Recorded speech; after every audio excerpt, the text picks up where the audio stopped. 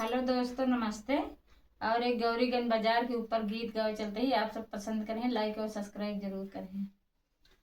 गौरीगंज बाजरिया हमारे मन के, गौरीगंज बाजरिया हमारे मन के, हमारे मन के हो हमारे मन के, गौरीगंज बाजरिया हमारे मन के, गौरीगंज बाजरिया हमारे मन के। हमारे ससुर जी के तीन होटलवा, हमारे ससुर जी के तीन होटलवा, तीन होटलवा, तीन होटलवा, लैया मई मिठैया हमारे मन के, लैया मई मिठैया हमारे मन के, गौरीगंज बाजरिया हमारे मन के, गौरीगंज बाजरिया हमारे मन के।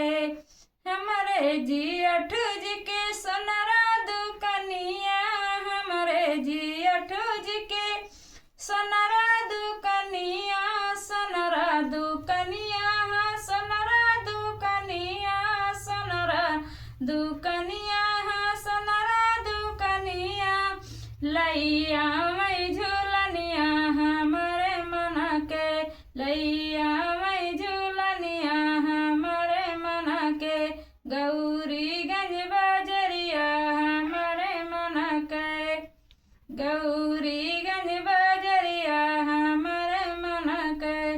हमारे देवर जी हैं डॉक्टर, हमारे देवर जी हैं डॉक्टर, लैया मई दवैया हमारे मन के, लैया मई दवैया हमारे मन के, गौरीगंज बाजरिया हमारे मन के, गौरीगंज बाजरिया हमारे मन के।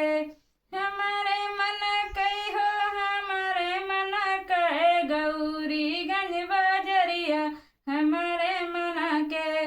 हमारे बलमूज के कपड़ा दुकनिया, हमारे बलमूज के कपड़ा दुकनिया, कपड़ा दुकनिया, कपड़ा दुकनिया, लैया मई चुंदरिया हमारे मन के, लैया मई चुंदरिया हमारे मन के।